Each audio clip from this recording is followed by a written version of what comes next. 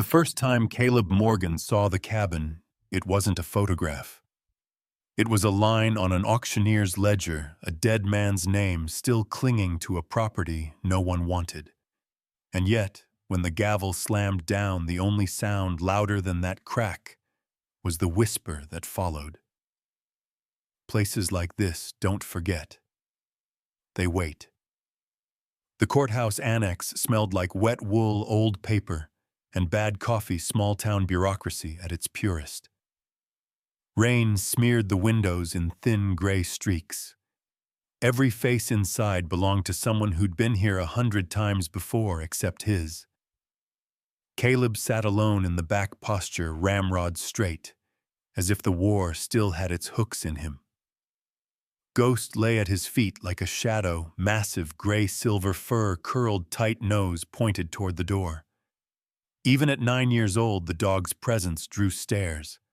Not fear, respect. Military dogs carried something in their eyes civilians never understood. A quiet kind of warning. The auctioneer, a thick man with a thinning comb-over, mumbled his way through foreclosed lots, pickup trucks, rusted tractors, and run-down bungalows. Most of the room barely looked up, until he reached the line Caleb had been waiting for. Parcel 14C, the man read. Whitmore Cabin. 160 acres, old structure, unknown condition, unpaid taxes for 15 years. Starting bid, $500. The room changed. Not loudly, not with words. A subtle collective tightening like someone holding their breath. Conversations stopped. Eyes slid sideways toward the stranger in the back row. Caleb raised his hand. 500. The auctioneer blinked at him as if expecting the number to be a joke. I have 500. Do I hear 6? Nothing. Not one hand. Not even a whisper. He'd seen that look before. In Kandahar. In dusty Afghan villages where locals turned their backs because they knew what lay on the other side of a road. Not fear of him, fear of what came next. Going once, the auctioneer said quickly, his voice sharper now, desperate to get the cursed property off his books. Going twice. Sold to the gentleman in the back. $500. The gavel struck. Ghost lifted his head, ears twitching. When Caleb walked up to sign the paperwork, the clerk behind the table, a young woman in a neat cardigan, wouldn't meet his eyes. She shoved the deed across the counter like it burned her fingers. Behind him, whispers rippled through the room. Bought that place. Oh. Doesn't know what he's walking into, God help him. A grizzled rancher with a beard like wire met Caleb's gaze as he turned to leave. The man didn't speak loud. He didn't have to.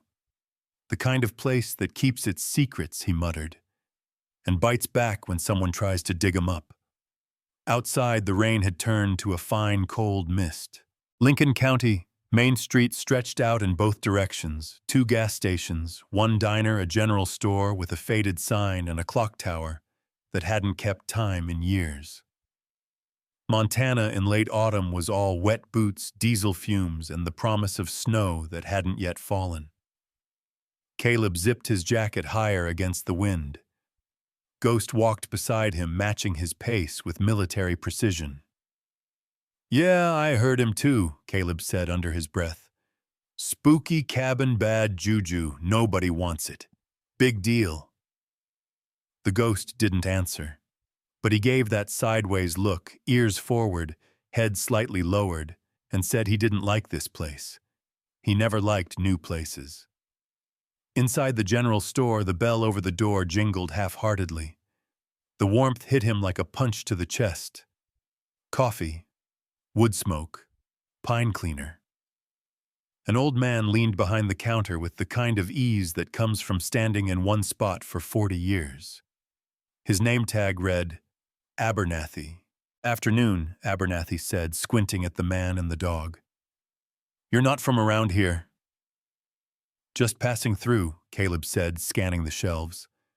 I need a padlock, lantern, oil axe handle, and coffee. Abernathy gathered the items slowly, as if delaying the conversation he knew was coming. Is that your name I saw on the auction board? Caleb nodded once. You just bought Whitmore Cabin. It wasn't a question.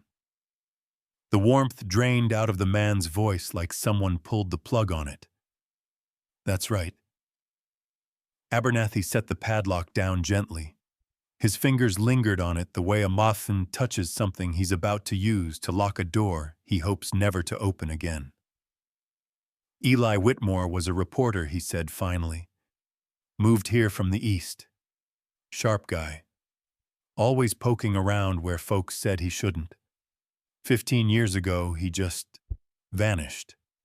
Truck left in the drive. Mug on the table. Never came back. Caleb said nothing. He'd learned a long time ago silence makes people talk. The county couldn't touch the property for years. Legal mess. Then Beckett Energy, a big outfit downstate, tried buying it up. Couldn't. County rules say foreclosures go to auction. No exceptions. Abernathy wiped the already clean counter. His voice softened, but his eyes didn't. Folks say the place is haunted. The ghost of Whitmore still walks that land looking for justice. Others say it's cursed. Either way, nobody bids on Whitmore Cabin. Ever. Caleb set 2 20s on the counter. They should have told the ghost to charge more. The old man didn't laugh. They don't see a bargain, son, Abernathy said quietly. They see a grave.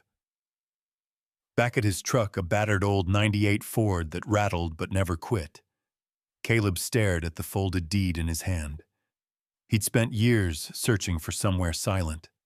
No base, no brothers in arms, no ghosts from war. He didn't expect to find one with its own built-in. Ghost jumped into the passenger seat, curling into a patient coil. The dog's amber eyes watched the fog rolling down from the tree line like it was something alive. Don't give me that look, Caleb muttered. A roof's a roof. But the truth was, it wasn't just a roof. Something about the way everyone said the name Whitmore like it was a wound still bleeding unsettled him. He could still feel the room tense when the auctioneer read it aloud. Names carry weight, and some names drag the dead behind them. He turned the key.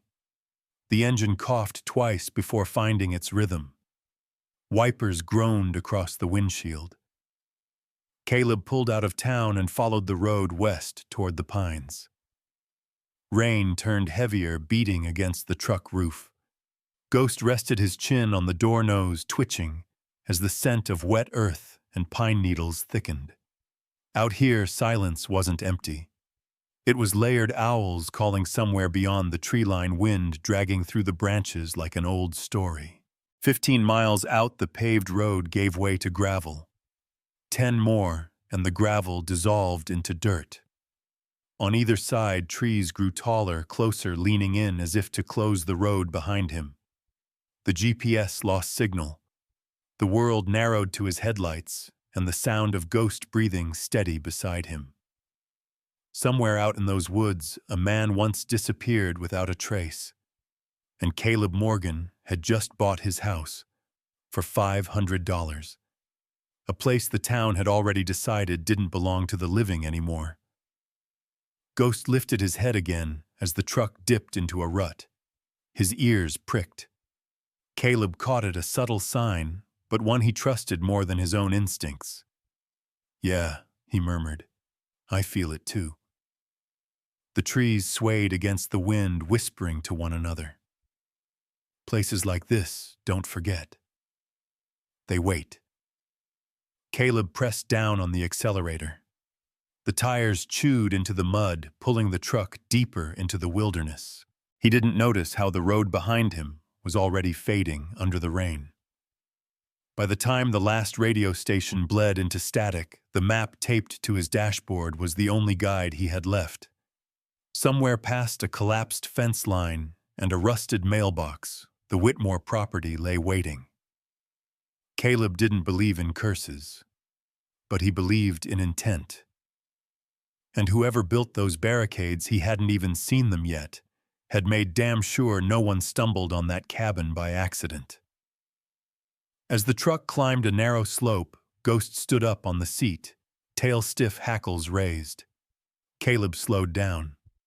Ahead, the road vanished into mist and dark fir trees that seemed to grow too close together. "Not now," he muttered. "Not tonight." Ghost didn't sit. That wasn't fear. That was warning. Caleb tightened his grip on the steering wheel and stared into the fog, swallowing the road. Whatever waited up there, it wasn't welcoming him. It was watching. Caleb eases the truck forward, into the deepening fog. Ghost growling low, the cabin just beyond the bend. The road ahead isn't just forgotten, it's been engineered to keep people out. The dirt road was barely wide enough for Caleb's truck, and every 100 yards it seemed to get worse. Rain had turned the path to thick, clinging mud, and branches slapped the windshield, as if trying to push him back. Pine trees leaned in from both sides like sentries, old and unmoved by time. Ghost stood alert on the passenger seat, paws braced, golden eyes locked ahead. "Easy," Caleb muttered. "We're almost there." But the road didn't want them. It twisted unnaturally, like someone had cut it into the mountain with spite instead of intention. Every turn came too tight, every dip too sudden. He had the distinct crawling sense this wasn't how the land naturally lay, it had been altered. The truck slammed into a rut that rocked them hard. Ghost yelped, not in pain, but warning. Caleb hit the brakes. Mud splattered the sides. Steam hissed from the wheel wells. He climbed out, boots sinking into the slop, and crouched next to the driver's side tire. A line of rusted barbed wire had been staked across the path, almost hidden beneath a layer of wet pine needles. Caleb stared at it. That wasn't erosion. That was placement. He followed the line with his eyes, anchored deliberately, to one tree wound around the trunk of another, then buried shallow to catch tires. If he'd hit it just right, he'd have shredded all 4 wheels. This wasn't neglect, he muttered. It was a warning dressed as wilderness. Ghost sniffed at the wire, then at the trees nearby, pacing in tight circles like he was picking up a scent. Caleb stood slowly scanning the tree line. The forest around them didn't move, but it didn't feel still either. The silence was wrong, not peaceful, restrained. He took out his hatchet from the toolbox and cut the wire loose, rolling it carefully to the side. Someone had gone to real trouble to make sure people didn't get through. Not casual squatters or mischievous teens, this was military in its layering. The kind of trap designed not to injure, but delay. The idea settled in his gut like a hot rock. He and Ghost climbed back in. He kept the truck in low gear, crawling forward, tires churning through mud. His knuckles were white on the wheel. A mile later, they came to another barrier, this one even more subtle. A young fir tree had been felled and dragged across the road at an angle. The break was clean but deliberate. Caleb got out again, studied the tree's position. It hadn't snapped in a storm. Someone had cut it weeks ago, maybe months, and positioned it so it looked like a natural fall. He cleared it in silence. Not a single word. Ghost watched from the truck bed, now hackles-up eyes sweeping the forest line. They drove another 15 minutes, and by then, the path wasn't a road at all. Just the vague impression of one tire tracks barely visible in the mud swallowed quickly by moss and needles. The sky darkened to that steel gray only Montana knew how to wear. Not quite a storm, not quite dusk, just cold, endless, waiting. When the truck finally crested the last ridge, Caleb saw it, a shape crouched in the clearing ahead, broken and still. The cabin. Whitmore's cabin. It sat at the edge of the woods like a wound that wouldn't heal. 2 stories, slanted roof chimney cracked down the middle. Time hadn't just passed here. It had carved scars. One shutter hung loose, banging softly in the wind. The porch sagged to one side, but the foundation looked solid. Caleb parked 30 feet out, engine idling. He didn't move. The ghost stared too, but didn't growl. Caleb stepped out slowly. His boots made soft thuds in the damp grass. Ghost padded beside him, nose low to the earth. There were no tire tracks up here. No footprints. No recent disturbances. But something about the air felt watched. The front steps creaked as he climbed them. He tested the door. Unlocked. Of course it was. The inside smelled of rot and cold ash. The fireplace had long gone out, but the room still carried a scent of old smoke. Dust lay thick on every surface, but not undisturbed. Caleb's eyes scanned everything automatically, the way the army trained him: entry points, sight lines, exits. Nothing out of place, but too many things almost in place. A coffee mug sat on the kitchen table, still stained. A chair pulled halfway out. A jacket hung by the door, faded denim too small for Caleb, but not rotted. He stepped deeper in. The floor groaned, but held. The ghost sniffed every corner, tense but silent. Caleb checked the upstairs quickly. 2 bedrooms, both empty. Closet doors ajar. One held boxes of newspapers from the early 2000s. Local articles about groundwater concerns, missing pets, a town hall meeting that had been abruptly canceled. Eli Whitmore's name was mentioned 3 times. Downstairs, again, Caleb ran his fingers along the fireplace's stone mantel. Something about it pulled at him. It wasn't elaborate. Just old river stones sealed with mortar, but the center stone looked newer. A single patch in a wall of history. Ghost sat at the edge of the hearth and stared at it, not wagging, not blinking. "You too, huh?" Caleb said. "You feel it." Ghost let out a low, almost whimper, and placed a paw on the hearthstone. Caleb crouched, tapped the mortar. Different sounds, hollow. He was about to start digging when Ghost growled, not at the heart, at the window. Caleb moved quickly, low and silent. He crossed to the front door, checked the porch. Nothing. The woods were quiet. Not silent like before, this was something else. A hush. He stepped outside. A cold wind bit through his jacket. That's when he saw them. Not boot prints. Tire tracks. Recently. Made by something heavy with chains. Maybe a snowcat or 4-wheeler. They led up toward the ridge behind the cabin, then vanished into the trees. Someone had come close, very close, and turned back, or hid. He stood there a long moment, letting the cold settle into his bones, then turned back toward the cabin. They weren't alone up here. They never were. He locked the front door behind him, not because it would keep anything out, but because it would slow it down. Tomorrow he'd go to town. He needed supplies, a land survey, maybe a local who remembered more than they let on. And he needed to find out why this cabin was hidden like a scar under the skin of Montana. As Ghost curled up near the hearth, still staring at that one stone like it held the answer to every silence in the forest, Caleb whispered to himself. This wasn't neglect. It was a warning dressed as wilderness. In the early gray of morning, he'd return to that hearth. He'd dig. But first he needed to talk to someone in town who still remembered the name Eli Whitmore, and who hadn't yet been paid to forget. Inside this cabin, nothing moved, yet everything was unsettled. And the answers weren't in the woods anymore. They were in the room. The cabin was quiet, in that unnatural way, like it had been holding its breath for too long.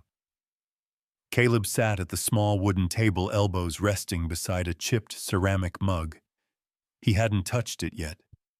It sat just as he'd found it the day before, stained with the ghost of coffee rim, still smudged by someone's lips.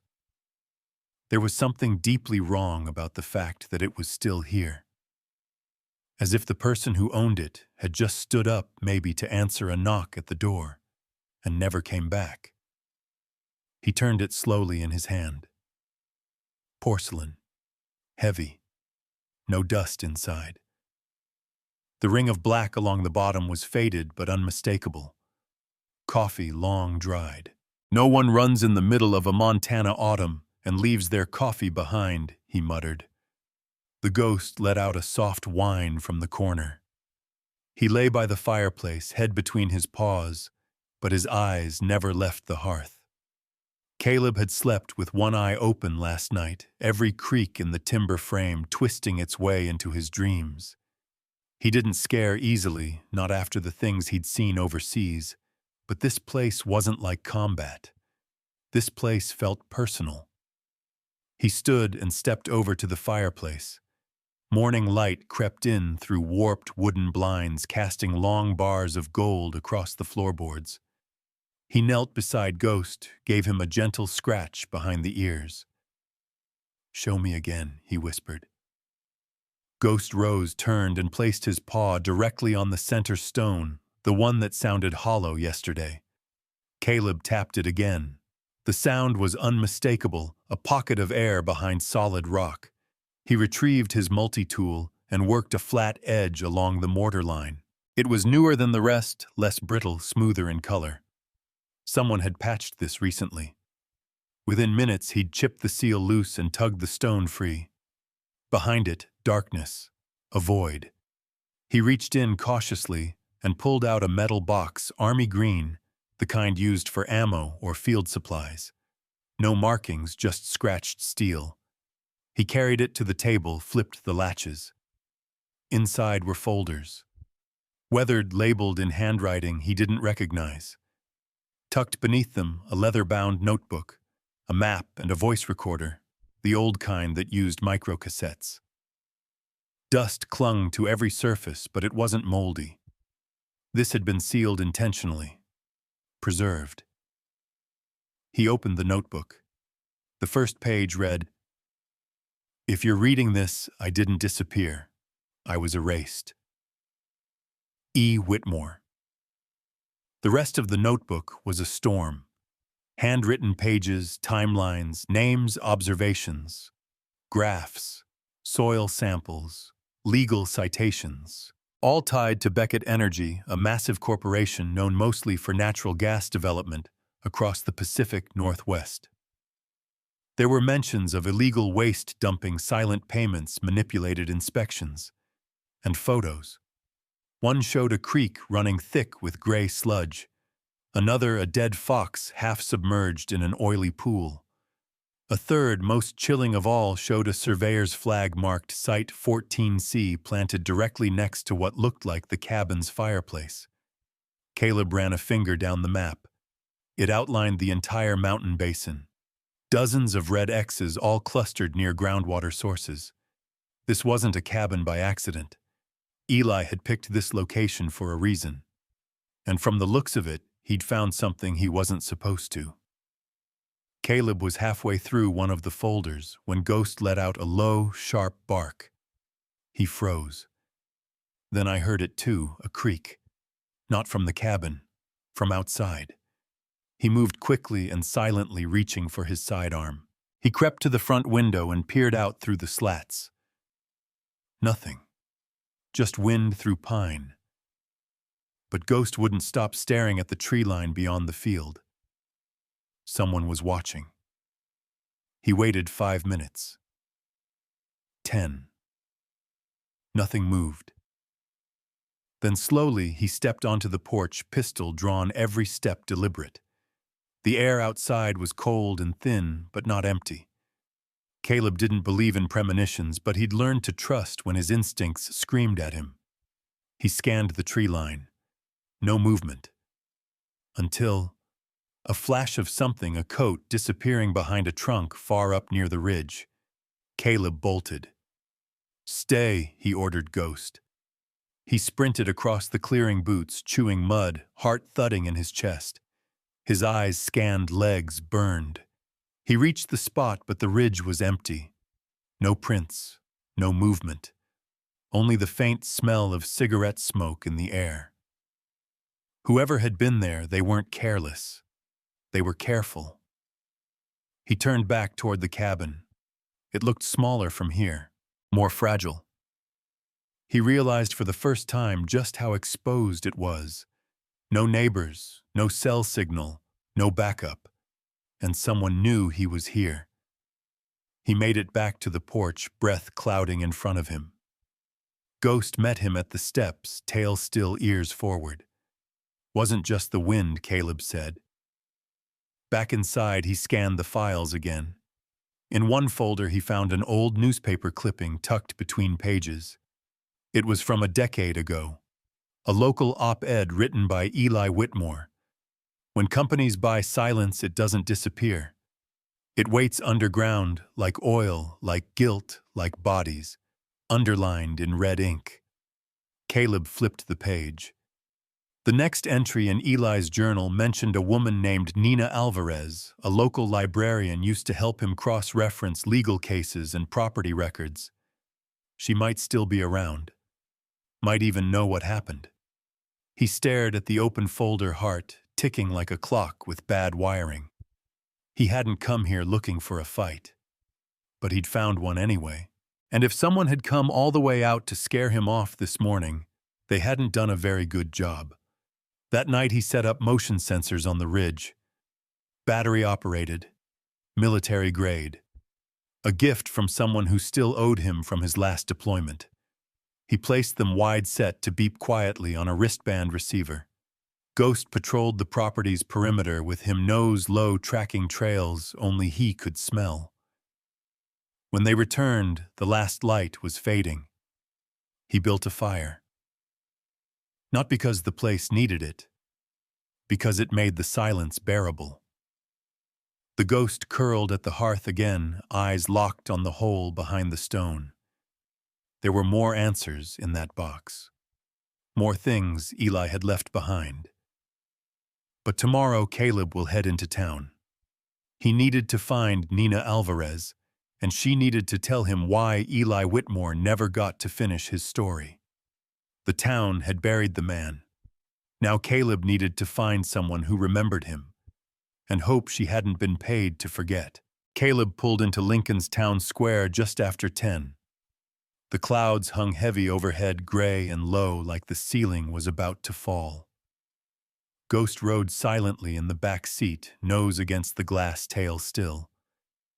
The library sat at the corner of Main and Birch, tucked between a closed barber shop and a bait store with two broken neon signs.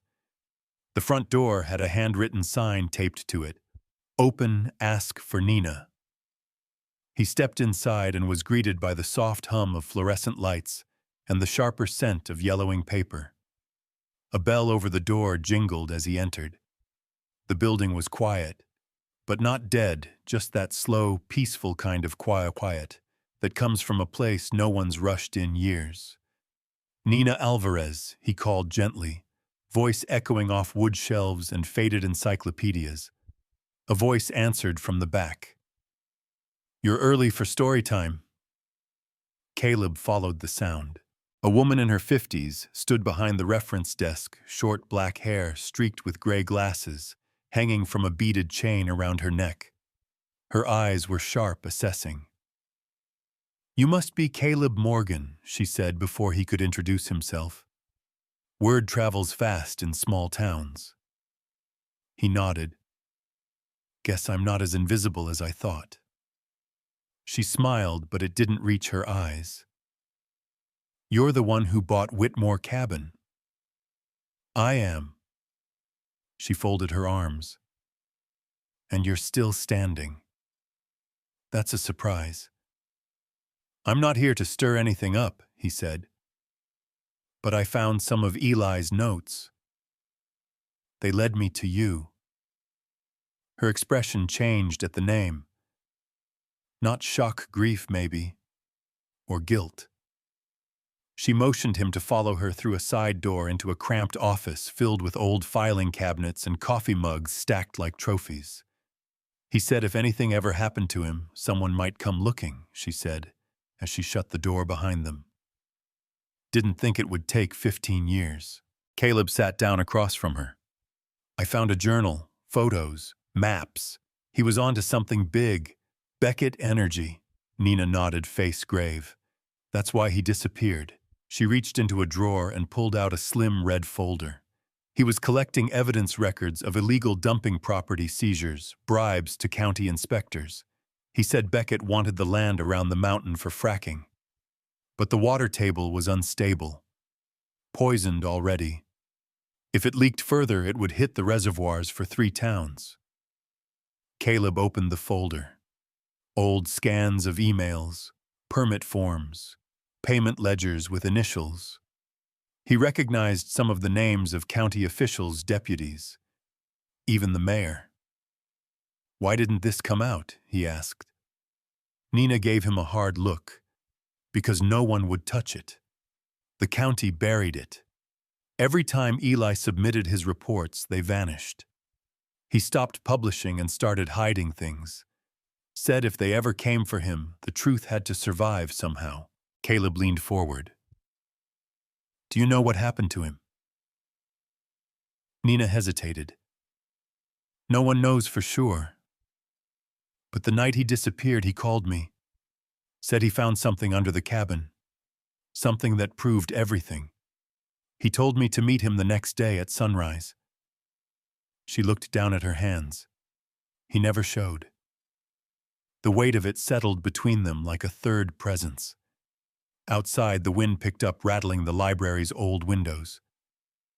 You think he was killed? Caleb asked. I think he scared someone. And someone made sure he never scared anyone again. He closed the folder.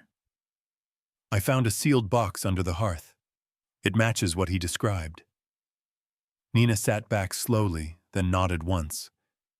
He always said, the land remembers even when people forget. You've stirred something up. It won't go quietly. He thought of the shadow in the trees, the trap on the road, the fire that never fully went out in the fireplace. I'm not looking to make noise, Caleb said, but I'm not leaving it buried either. She regarded him a moment longer, then reached into another drawer and slid out a key. This opens the newspaper archive room downstairs. Eli stored microfilm copies of everything he published. Before things got bad. You should see it for yourself. Caleb took the key. Thank you. Nina stood and walked him to the door. As he stepped outside, she said, Dead men don't pay taxes. But Eli Whitmore still owns your cabin. Caleb frozen. What do you mean? She pointed to a manila envelope on the counter behind him. I checked the property records. Legally, no one ever filed his death certificate. He's still listed as the owner. The auction shouldn't have even been legal. Caleb's mind spun. So the county sold a place they didn't legally control, which means someone wanted it off the books. Nina nodded grimly. Exactly. Back in his truck, he sat for a long time, the heat blasting against the chill. Ghost climbed in beside him, tail wagging once. Caleb stared through the windshield at the fog curling low along the treetops. It wasn't just about a missing man anymore. It was about a cover-up wide enough to make a man disappear and deep enough to swallow anyone who looked too closely. He picked up his phone. No signal. He drove half a mile east up past the ridge and pulled over near a cell tower access road. 3 bars. Just enough. He sent a single message to a contact named Mark Jensen. Found something. Eli was right. If I don't check in by sunrise, go public. See. Then he slid the phone into his glove box. He turned to Ghost. Time to go home. Back at the cabin, the forest felt different. He couldn't explain how just that something had shifted. The wind moved differently. The shadows stretched wider. He carried the folders and journal inside. The fire was still smoldering in the hearth like it had waited for him. He fed it more wood, then set the documents on the table and stared at them. Eli Whitmore wasn't just erased. He was silenced. But he'd left behind enough pieces to scream again. That night, Ghost would wake Caleb with a sound he hadn't heard in years, a growl that came from the deepest part of his throat. The hearth wasn't finished telling its story. Caleb woke to the sound of Ghost growling low in the dark. It wasn't the typical bark he gave for deer or distant coyotes. This one came from his chest, raw and primal, a sound Caleb hadn't heard since Afghanistan. He sat up instantly, hand reaching for the pistol under his cot. The fire in the hearth had burned down to embers, casting red veins of light across the cabin floor. The Ghost stood stiff beside the door, every muscle locked, eyes locked on the window. "Talk to me, boy," Caleb whispered, moving slowly toward him. Ghost didn't break posture, just kept that guttural snarl rumbling. Caleb ducked under the window and peered through the edge of the curtain. Moonlight spilled across the clearing. Nothing moved. But that didn't mean no one was out there. He waited. Then he saw a faint glimmer 50 yards beyond the tree line. A reflection, like glass catching light. Not natural, not random. A scope. Someone was watching the cabin. Caleb clicked the safety off his pistol and moved away from the window. Ghost followed, staying low. He cut the last of the lamps and sank into the dark. His breath slowed. This wasn't fear. This was training kicking in. He crouched beside the hearth, listening. Wind. Pine needles brushing glass. The crack of wood contracting in the cold. And then, the faintest scrape. The sound of a boot on wood. Not outside. Above. The attic. He raised his eyes toward the ceiling. The crawl-space hatch was shut flush with the planks.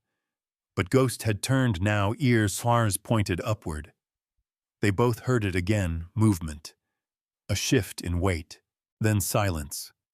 Caleb didn't hesitate. He moved to the corner, grabbing the fire poker from beside the hearth and tossing it across the room. The clatter echoed. In the attic, something shifted, reacted. He moved quickly, grabbing the shotgun mounted above the back door. It hadn't been fired in years, but it was loaded. He clicked on the safety light at the barrel and pointed it up at the hatch. For a moment, everything froze. Then came a thud, followed by silence again. He opened the back door, stepped out onto the porch, and circled the cabin. No footprints in the fresh frost. Whoever was out here had come in before the ground froze. Inside, he lowered the attic ladder. Ghost bristled, tail stiff. The crawl space was no more than 4 feet high, running along the length of the roof. He aimed the barrel into the dark and climbed halfway up. His flashlight cut across empty insulation, broken crates, and dust until it hit a figure. A person, curled in the corner, not moving. Caleb swore under his breath and climbed the rest of the way up. Closer now, he saw it wasn't just a person. It was a body covered in plastic and bundled in an old tarp. At least 10 years old, maybe more. The stench had been masked by the cold, but up here it clung to the air like grease. He pulled the tarp back slowly. The corpse wore a denim jacket, a faded press badge clipped to the collar. "Ghosts don't lie," Caleb whispered, "and some of them don't leave." It was Eli Whitmore, or what was left of him. The next hour passed in a kind of trance. Caleb called no one. There was no signal up here, and even if there had been, who would he trust? He took photos, documented the scene, bagged what remained of Whitmore's wallet, a notebook, and the camera found beside him, long dead, but maybe recoverable. He wrapped the body with care and respect, sealing the attic again. He'd need to bury him, or better yet, report it when the time is right. But now the rules have changed. This wasn't a mystery anymore. It was a crime scene. Ghost sat beside him, ears pinned, watching every movement. "You were right," Caleb said softly. "He never left this place." The morning was cold and colorless. The fog didn't lift and it thickened.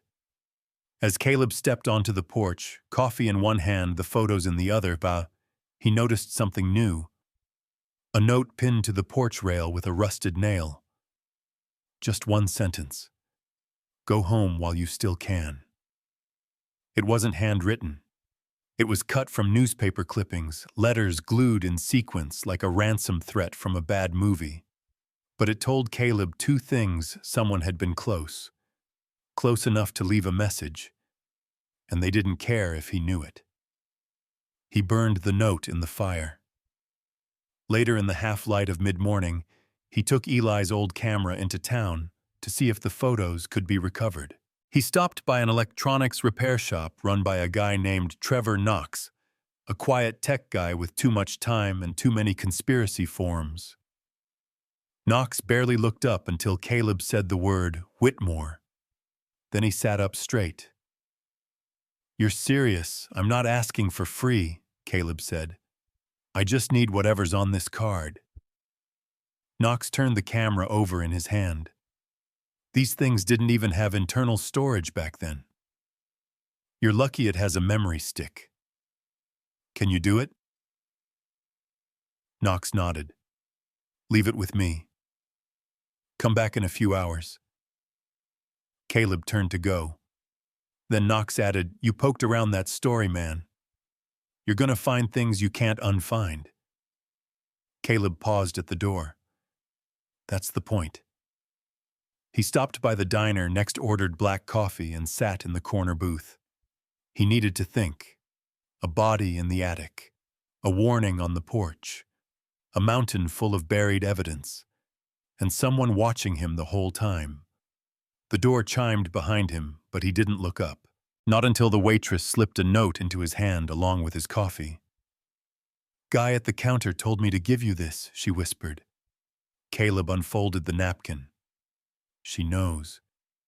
But she won't talk unless she feels safe. Midnight. North Ridge Trail. Come alone. There was no signature, but he already knew who she was. Nina. He paid in cash and returned to the library, but it was closed. No lights. No sign of Nina. Back at Knox's shop, the tech had a flash drive waiting. "You'll want to see these in private," he said. Caleb nodded, took the drive, and left without a word. That night, as the clock neared midnight, he strapped on his sidearm, clipped a flashlight to his jacket, and whistled for Ghost. The dog came instantly, tail wagging, energy tense. They made their way up the North Ridge Trail, silent, steep, dangerous in the dark. But Caleb didn't hesitate. Because whoever wanted this story dead had already killed for it once. And now, someone else might be in danger too. Caleb stepped into the clearing where Nina waited, only to realize they weren't alone. Someone else had come early, and they brought a shovel. The trail was quieter than it should have been. No crickets, no wind. Just the crunch of boots over frost-bitten dirt, and the rhythmic panting of Ghost padding beside Caleb through the darkness. Moonlight filtered through tall pines, painting the path in silver and shadow. He kept his flashlight off. Instinct told him not to draw more attention than necessary. Midnight meant no witnesses, that's what Nina's message had said. And something in the way she'd worded it still itched at the base of his skull. She knows, but she won't talk unless she feels safe. Safe from what or who he crested the last hill and saw the clearing below. A circle of exposed earth surrounded by trees flattened long ago for firewood, or hunting camps now swallowed by silence. In the center, a single figure stood, hood up. Still. Nina. She didn't move when he stepped into the clearing. "You came alone," she said, voice low, flat. "I keep my word." She nodded once, pulling the hood back. Her face was pale under the moonlight, lips thin, eyes tired but alert. Caleb moved slowly toward her. The ghost stayed just inside the tree line, watching everything. "What is this place?" he asked. "It used to be a surveyor's post," she replied, "before Beckett bought up the land. They marked it off, then wiped it from public record, like it never existed." She handed him a folded sheet of paper, an old blueprint. Caleb unfolded it, frowning at what he saw. A geological core map dated 15 years ago, Site 14C. "You recognize it?" she asked. "Yeah," he said, eyes narrowing. "It's the exact coordinates of the cabin. Eli found toxic waste buried there, illegally dumped. He traced it to 3 other locations. He was going to expose everything. But someone found out." Caleb folded the map, slipped it into his coat. "The body in the attic confirms that." Nina looked away, voice cracking slightly. "I knew they were watching him. I didn't think they'd actually—" She trailed off. Then Ghost growled. Not low this time. Sharp. Immediate. Caleb spun toward the sound. Someone was standing at the edge of the clearing. A tall figure in a long coat holding a shovel. Nina's breath caught. "That's not one of yours." "Not even close," Caleb said. The figure stepped forward, face obscured by a balaclava, voice muffled. "You should have left it buried." Caleb's hand went to his holster. "Step back." The figure didn't. He plunged the shovel into the dirt at his feet and leaned on it. "You're too late. Whatever Whitmore found, it's been cleaned. You're chasing a ghost." "You killed him," Caleb said. The man tilted his head. "That depends." "Which one?" Then from the trees behind them, 2 more figures emerged, flanking the clearing. Armed, moving slow, confident. The ghost snarled, body lowered, ready to spring. "Get down!" Caleb yelled to Nina and dove sideways just as the first gunshot cracked through the trees. Chaos erupted. Caleb rolled behind a boulder as bullets tore through branches overhead. Ghost charged one of the shooter's jaws, clamping down with brutal force. Caleb fired twice, one shot, hitting a shoulder, sending the figure stumbling back into the trees. Nina crawled behind a log, shaking. Another figure tried circling to the left.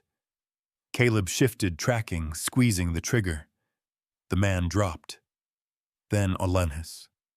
2 bodies lay motionless. One had retreated wounded. The man with the shovel was gone. Ghost limped back toward Caleb, fur streaked with blood not his own. "You okay?" Caleb whispered, checking him over. "No deep wounds, just a graze along the hind leg." Ghost licked his hand, eyes still fixed on the dark tree line. Nina staggered over, visibly shaken. "Who the hell were they?" "Contractors," Caleb said. "Not locals. Too organized. They were sent to clean up. Again." He knelt by the body of one shooter. No ID, no badge. Just a burner phone and a keycard labeled Level B, Monroe Ridge Facility. He showed it to Nina. "You recognize this?" She froze. "That's not public land. It's private, restricted. Beckett runs some kind of storage facility up there. No one gets in, unless they work for someone who doesn't want questions asked." He pocketed the keycard. You were followed, he told her. She nodded slowly. I didn't think they'd move this fast. They're desperate. They should be, she snapped, recovering her fire. Because Eli died trying to protect something bigger than just a poisoned creek. If they're still out here, it means they're still hiding it. Caleb helped her to her feet. We need to move, he said. They'll be back. With more. We're someplace they don't control. She hesitated. There is one place. He raised a brow. My brother used to be fire chief. He kept copies of emergency maps, land blueprints. I bet he still has the original county zoning files before the redactions. Where is he now? She gave him a half smile. Retired. Lives off-grid up in Bearclaw Pass. But he's not one to open his door to strangers. Caleb checked his watch. Then let's make sure we're not strangers. They reached the truck by dawn. Caleb secured the weapons. Ghost curled up in the back seat, finally resting. As they pulled away from the trailhead, Nina looked back once. Whoever's running this, they won't stop now. No, Caleb agreed. They've started to panic. That means we're getting close. She took a breath. So what happens next? He glanced at her. Next, we knock on the door of someone who remembers the land before it was poisoned. Up in the mountains, the air was thinner, but the memories were thicker. And one old fire chief had been waiting years for someone to ask the right question. The climb to Bearclaw Pass was brutal. The truck groaned with every switchback tires grinding against gravel and patches of early ice. Pines thinned as the elevation rose, giving way to jagged ridgelines and fog-draped cliffs that fell off like broken teeth. Caleb's hands were tight on the wheel eyes, scanning the tree line. Even up here, the silence felt off, more watchful than wild.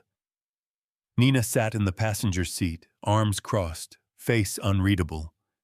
Ghost, bandaged but alert, rested behind them, eyes flicking to every rustle outside. Your brother always lives this remote? Caleb asked, trying to break the tension. He says peace only lives above 8,000 feet, Nina said with a dry smile. Personally, I think it's just so he doesn't have to talk to anyone. They crested a rise and saw it a small A-frame cabin nestled between two massive rock faces, half swallowed by trees. Smoke curled lazily from the chimney. A battered fire truck, stripped of its decals, sat half-rusted to the side. Caleb parked and stepped out, careful, respectful. Ghost followed, limping slightly but alert. Let me do the talking, Nina said. He doesn't like uninvited company. Caleb nodded. Nina stepped up to the door and knocked once, twice. No answer. Then from behind the cabin came a low voice, gravel thick and unmistakably ex-military. Tell me you didn't bring them up here, Nina. She turned slowly. You always said if the day came you'd want to know. A man emerged from the shadows, holding a double-barrel shotgun, not pointed at them, but not down either. He was in his 60s, barrel-chested with a long gray ponytail, and the kind of eyes that had seen things most people wouldn't survive. Nina, I told you. They killed Eli, she said, her voice cutting through the cold like a blade. The man frozen. Or did you forget he was your friend too? A long silence stretched. Then he lowered the shotgun. Get inside. Inside, the warmth hit like a wave-wood stove crackling a kettle, whistling softly in the background. Maps lined the walls. Old radio gear. Filing cabinets labeled with masking tape. This wasn't just a retreat. It was a vault. The man poured them all coffee without asking. Caleb noticed the limp in his left leg. Old injury. Probably fire line work. Name's Jonah Alvarez, he finally said, sitting opposite Caleb at the table. I assume you're the vet who bought Whitmore's place. I didn't know what I was walking into, Caleb said, but I'm not walking out now. Jonah studied with him for a long time, then nodded once. I respected Eli, he said, but he played a dangerous game. Beckett doesn't just erase problems. They salt the earth. I found his body in the attic, Caleb said. He left behind evidence. Maps. Photos. Nina said you might still have the original land blueprints. Jonah stood without a word and crossed to a steel cabinet bolted to the wall. He turned a key, opened it, and pulled out a thick folder wrapped in plastic. He dropped it on the table with a heavy thud. These are the county's original zoning maps before the restructuring started, back when the land still had names instead of numbers. Caleb opened it, flipping through pages, hand-drawn boundary lines, water flow models, mineral rights. There, etched in faded red ink, was the original designation, Whitmore Basin, Protected Aquifer Zone Est. 1986 protected, Caleb said, frowning. They were never supposed to touch it. They didn't care, Jonah said. Money talks louder than water rights. They started drilling around it, buying off officials, redrawing maps. By 2010, half the basin was reclassified for energy extraction. And anyone who pushed back disappeared, Nina said quietly. Jonah nodded. Caleb pulled the Beckett keycard from his jacket and slid it across the table. You recognize this? Jonah picked it up, eyes narrowing. Monroe Ridge Facility, he said. I used to run drills near there. I always thought it was a weather monitoring station. It's not, Caleb said. It's where they've been moving the evidence. I think that's where Eli's missing files are. And maybe more, Nina added. I found references to Site 17 and 21. If they kept records, they didn't just destroy them. They moved them. Jonah leaned back, cracking his knuckles. If you go there, you won't get out unless you plan like hell. We're not asking you to go, Nina said. I didn't say I wouldn't, Jonah replied. I've lived up here waiting for someone to finally push back. Because Bearclaw doesn't forget, he said. We just wait. Over the next 3 hours, Jonah pulled every old fire trail, access road, and tunnel map he had. Together, they charted a route to Monroe Ridge that bypassed main roads and skirted surveillance zones. Ghost sat near the stove the whole time, resting but watching. By nightfall, Jonah had loaded a duffel bag with gear bolt cutters, flare guns, radios, thermals. You'll need 2 things to get inside that place, he said. An entrance code and a diversion. I'll get the diversion, Caleb said. And I know where to find the codes, Jonah added. The county still stores emergency override sequences on analog tape backups. I know where they keep them. And I know someone who owes me a favor. They shook hands, firmly, mutual respect born of war and witness. We move at dawn, Jonah said. Caleb nodded. But as he walked out to get some air, his phone buzzed 3 bars, faint but alive. A new message from Mark Jensen, Caleb. Someone broke into my place. They didn't take anything.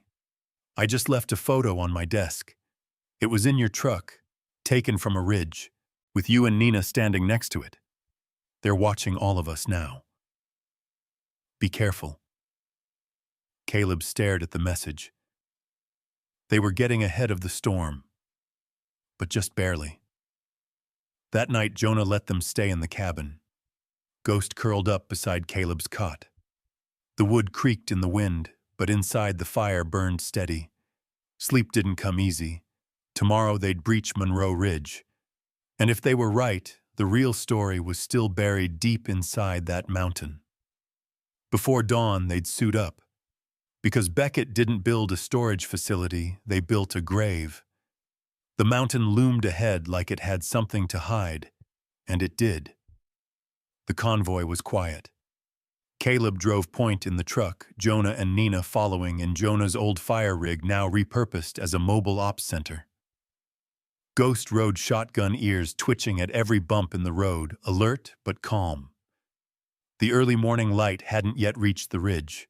Only the headlights cut through the fog, revealing a road that hadn't seen traffic in years. They took the fire access trail. Jonah had mapped a backdoor route Beckett had long since stopped maintaining.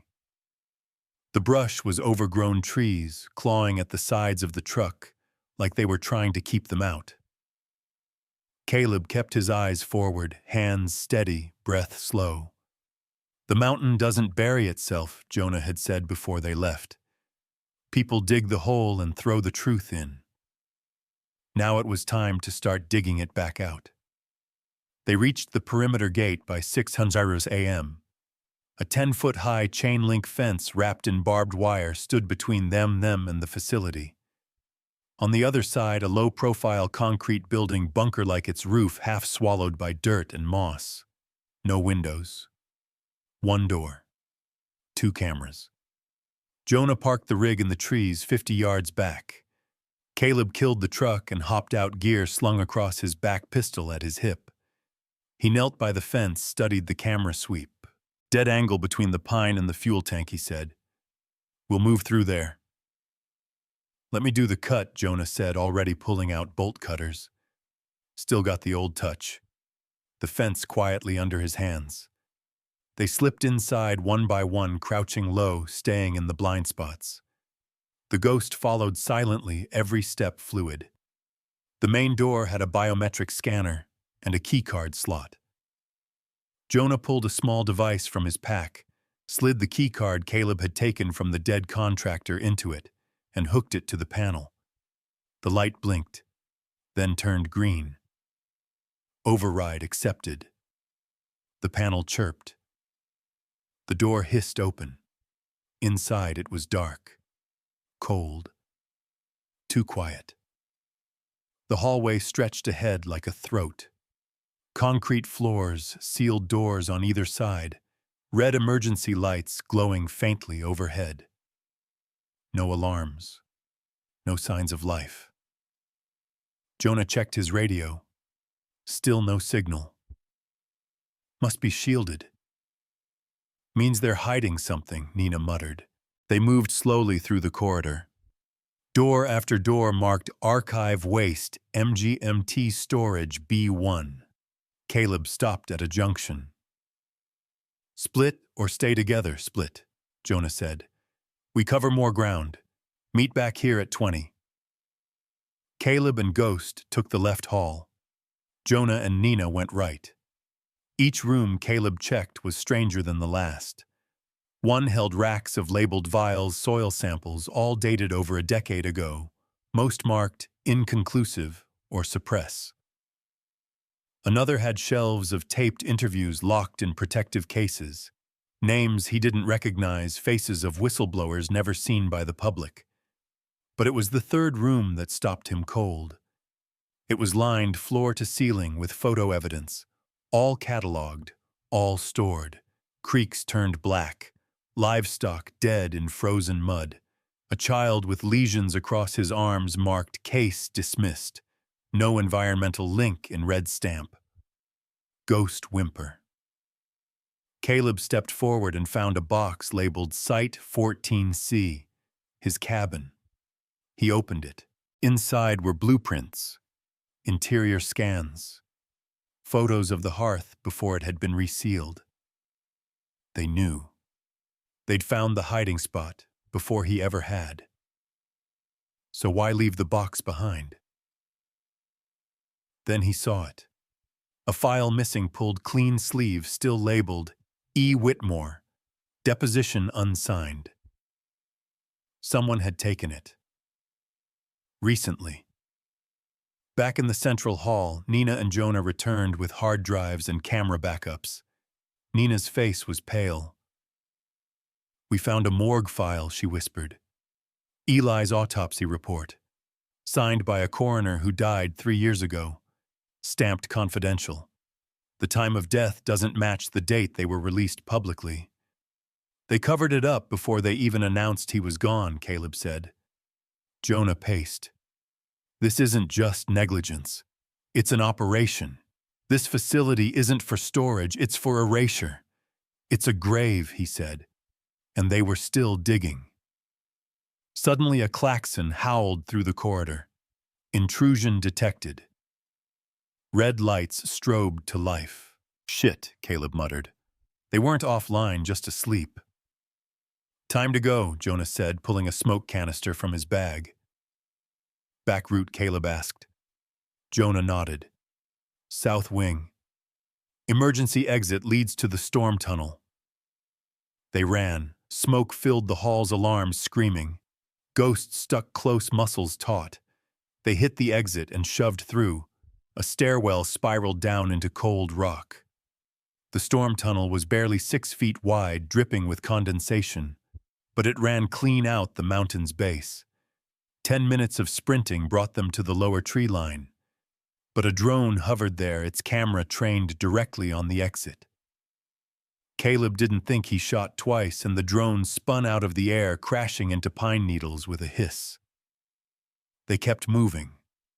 Back to the trucks.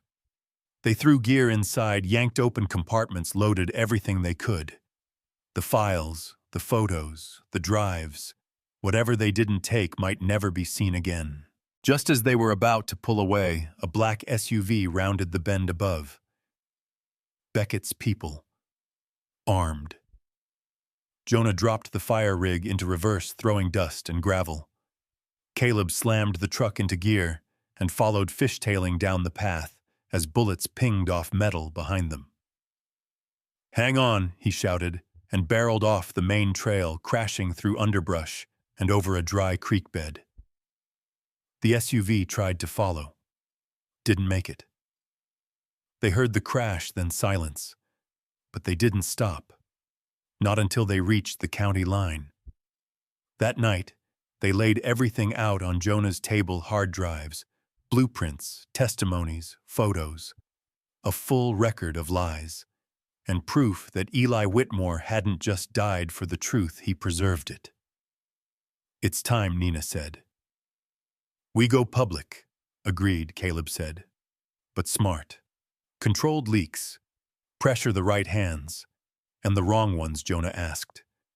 Caleb looked up, jaw tight. We let them know the truth is out. And this time it's not going back underground. The first story dropped at dawn. And by nightfall, 3 names had vanished from their offices. Because when a secret breathes air, it doesn't die quietly. The headline dropped at exactly 7:03 a.m. Leaked documents tie Beckett Energy to illegal waste disposal. Whistleblower death, byline Mark Jensen, independent investigative journalist. By 8:00, it had over 40,000 shares. By noon, national outlets were calling. Mark did what he was best at: verified sourced, and published like his life depended on it. Because now it probably did. Caleb sat at the edge of the motel bed phone, buzzing with message after message, but his eyes were locked on the screen, watching the avalanche begin.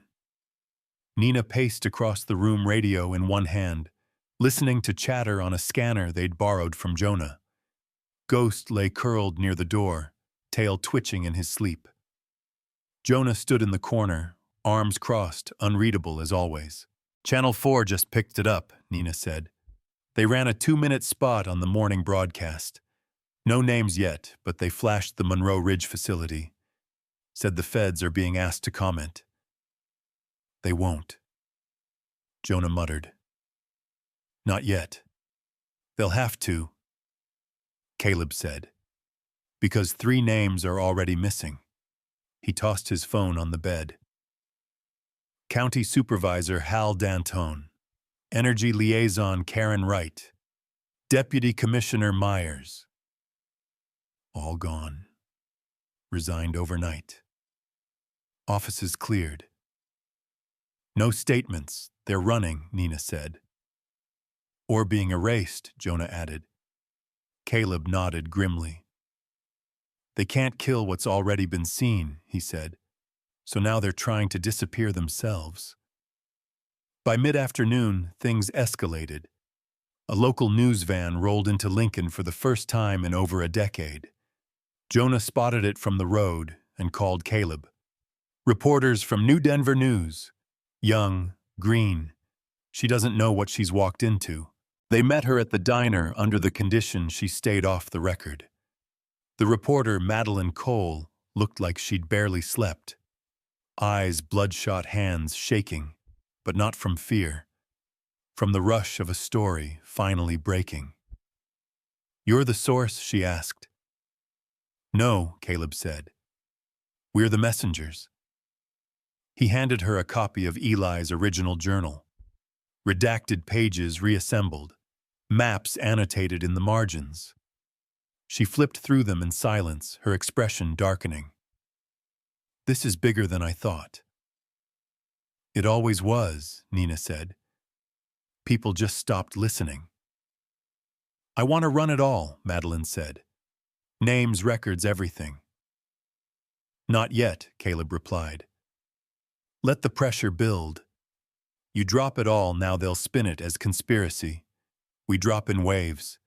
Death by paper cuts." Jonah leaned in. "And if they come for you," Madeline smiled weakly. "I already sent the first wave to 3 separate outlets. If something happens to me, the rest goes live," smart Jonah said. "Then you've got a shot." She slid her card across the table. "When you're ready for wave 2, call me." Back at the cabin, Caleb stepped outside into the night. The stars were out sharp and cold, the kind of sky that reminded you how small everything really was. Ghost padded beside him, nose twitching at the wind. "They're going to retaliate," Nina said from the porch. "Beckett's quiet right now, but they won't stay quiet." "I know," Caleb said. "But they're off balance. They didn't expect us to get this far." She handed him a manila folder. "Jonah found this in the bottom of the archive drive. It wasn't labeled. We almost missed it." He opened it. Inside, photographs. Eli, at a press conference, with his wife, his daughter. A date written on the back, August 9th, 2008. Caleb frowned. "I didn't know he had a daughter." "Neither did I," Nina said.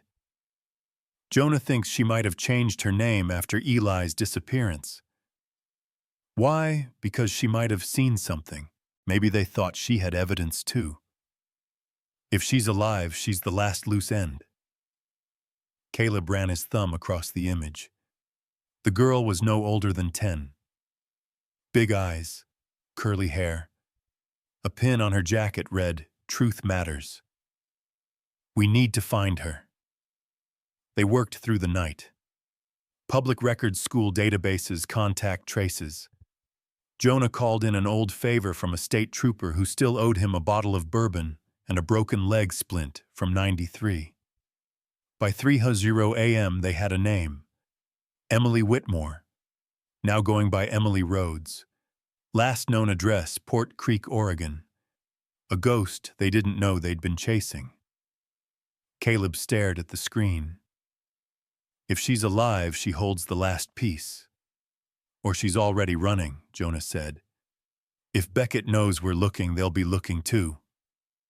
Nina looked at him. "You're going after her, aren't you?" Caleb nodded.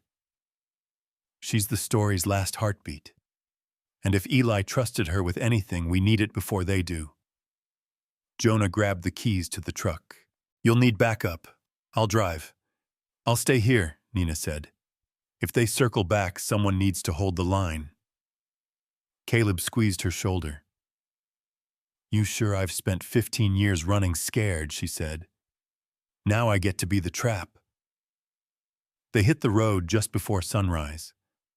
Port Creek was 7 hours away if the roads held, and Beckett didn't throw up a roadblock. As the truck rumbled west, Caleb opened the glove box and pulled out the photo of Eli and his daughter again. Some ghosts don't haunt you, he said quietly. They wait for you to finish what they couldn't. Jonah just nodded and pressed harder on the gas. In a small town on the edge of the Pacific, a woman who once buried her past would open the door to a stranger and find the truth staring her in the face. Rain came down in slow, heavy sheets as Caleb and Jonah rolled into Port Creek.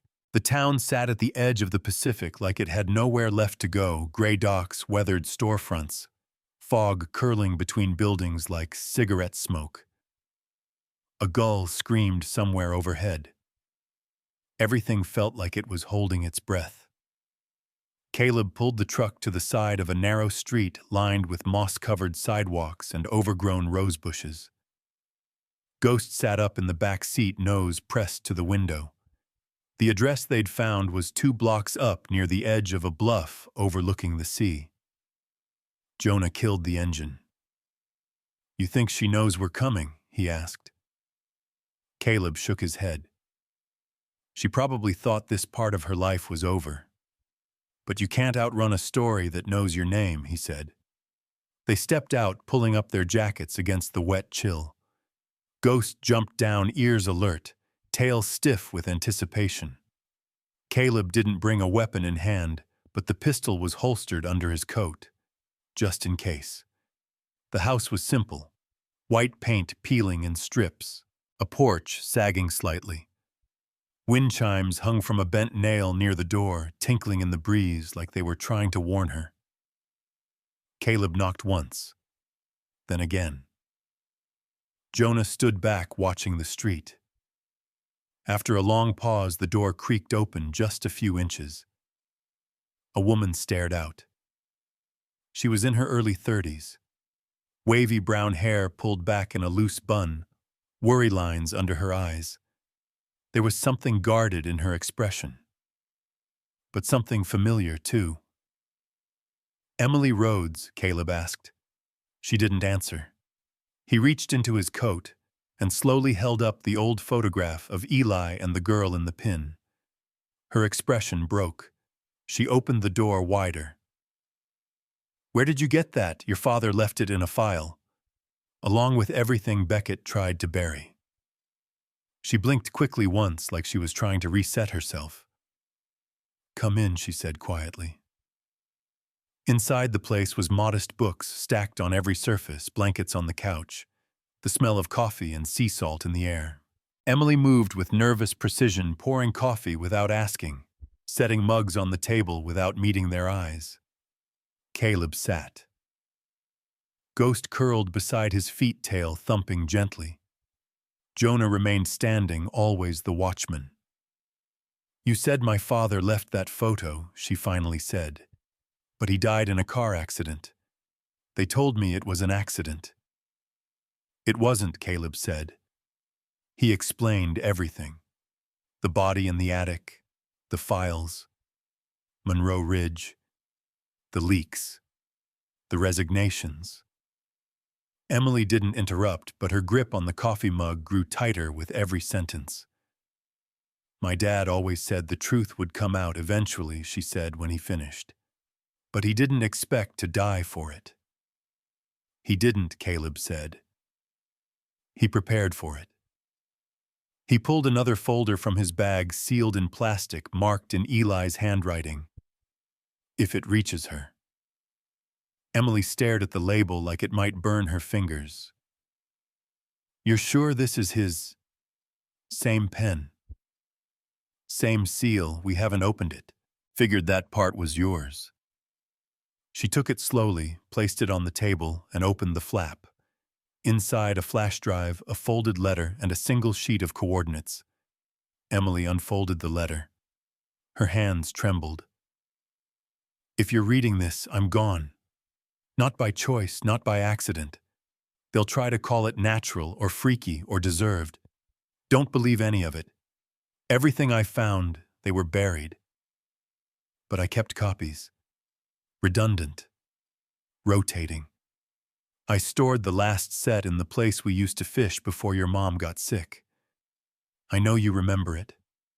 The creek with the bent pine tree and the broken rowboat.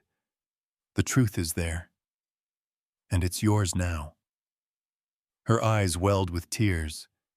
She set the paper down carefully. I know the spot, she whispered. It's 20 minutes outside town. Can you take us there? Jonah asked. She hesitated. If I do this, all starts again. Caleb met her gaze. It never stopped. They drove in silence.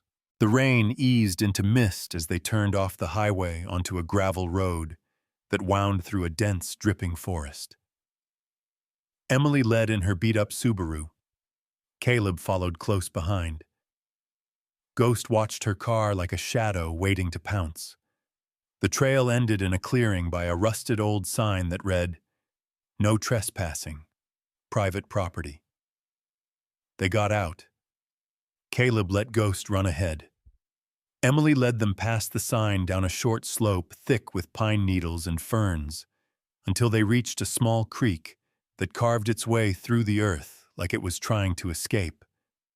There, under the bent pine and beside the broken rowboat, was an overturned metal cooler.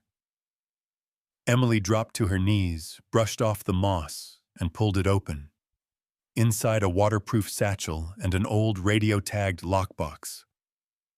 Jonah whistled low. Your dad didn't mess around. They carried it back to the vehicles. Inside the truck, Caleb and Jonah cracked the lock. What spilled out was the rest of the story.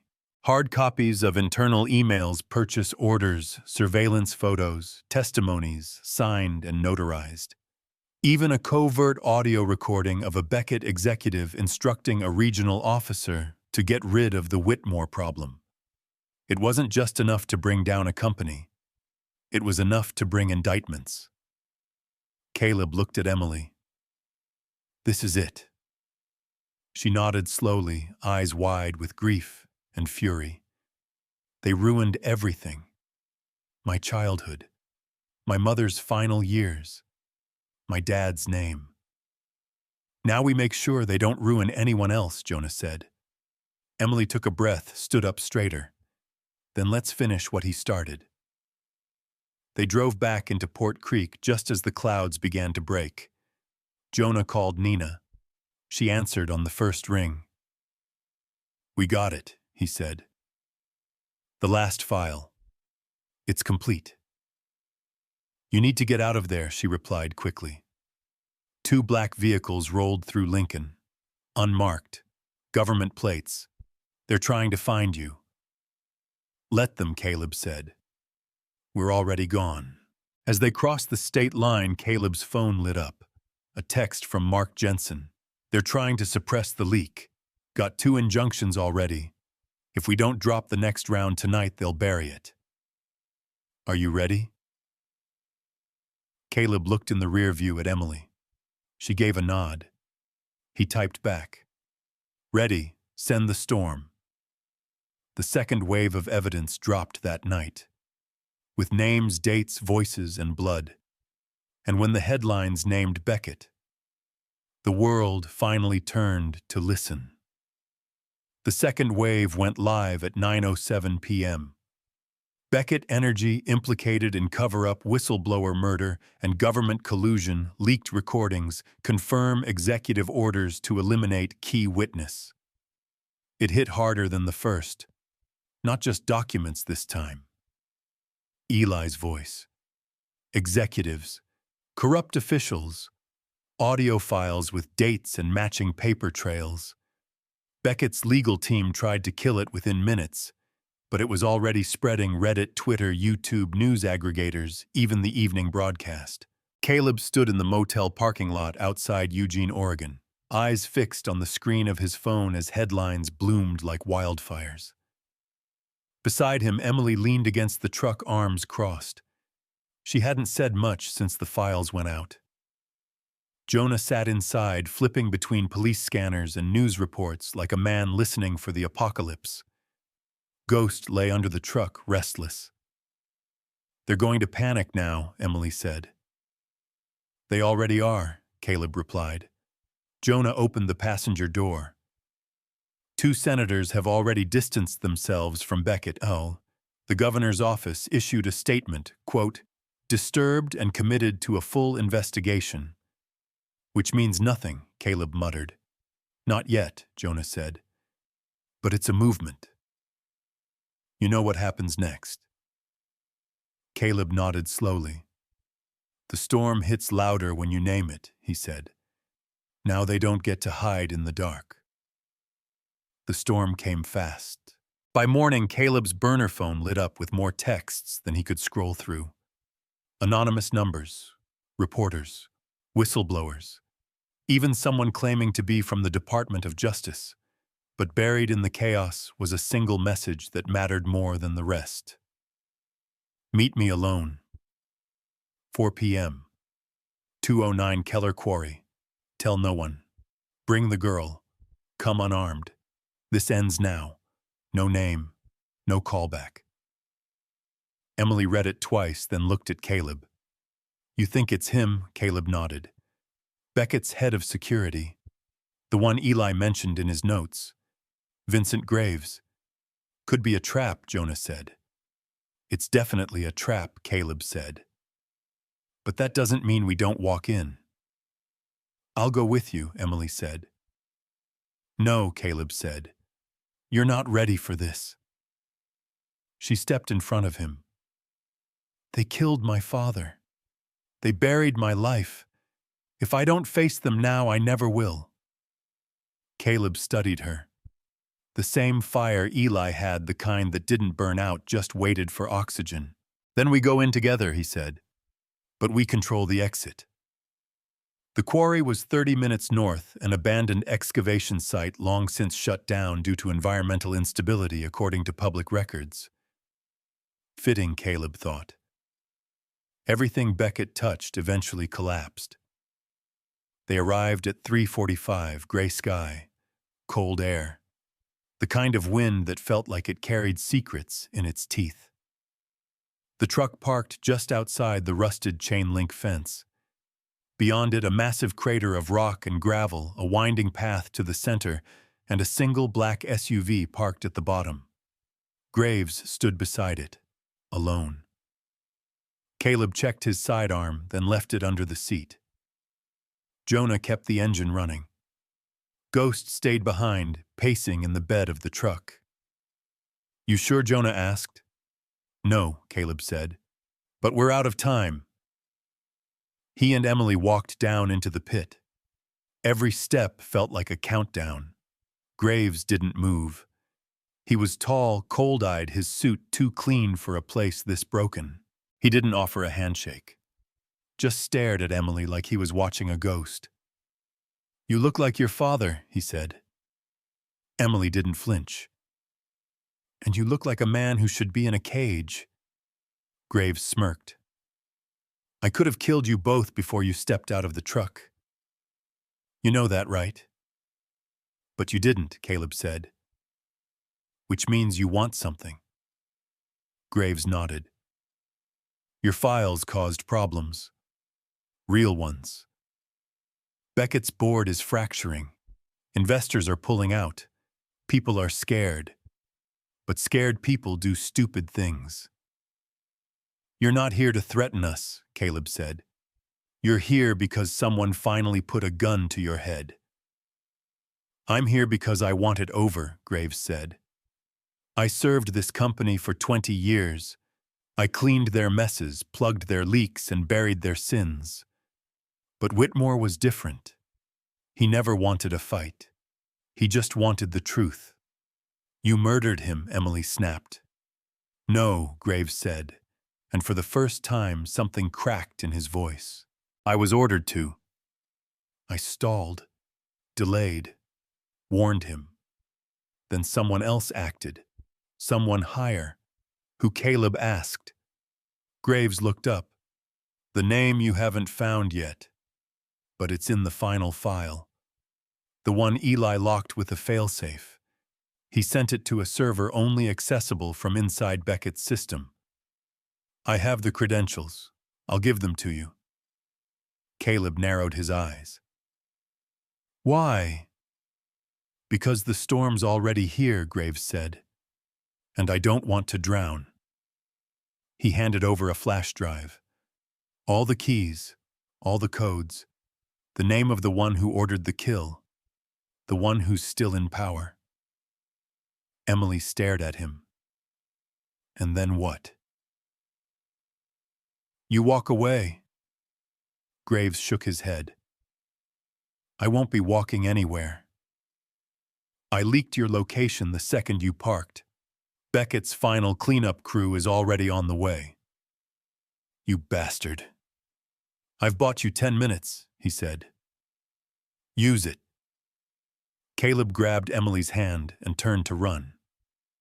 Behind them, Graves stepped forward, pulled a burner phone from his coat, and dialed. Tell them it's done, he said, and tell them I'm not running. Then he sat on the hood of the SUV and waited. Back at the truck, Jonah was already reversing toward the road. Caleb and Emily jumped in just as headlights crested the ridge. 3 SUVs. Black. Fast. Hang on, Jonah shouted and slammed the accelerator. The quarry road was loose and wild. Tires skidded, gravel flew. Ghost barked in the bed of the truck as bullets snapped through the air. One hit the side mirror. Another cracked the rear glass. They swerved left, then cut through a logging trail Jonah had mapped 2 days earlier. Branches slapped the windshield. Emily clung to the dash. Caleb grabbed the laptop, shoved the flash drive in, and began decrypting files as they bounced over roots and ditches. They're gaining, Jonah yelled. Caleb glanced back. They won't catch us. How do you know? Emily asked. Because we've already won. The screen lit up. Dozens of folders. One labeled Kensley Callahan, Internal Orders Confidential. Priority. Red. Caleb clicked. The truth spilled out. They knew the name now. The man behind every buried body, poisoned stream, and silenced voice. And in less than 24 hours, so would the rest of the world.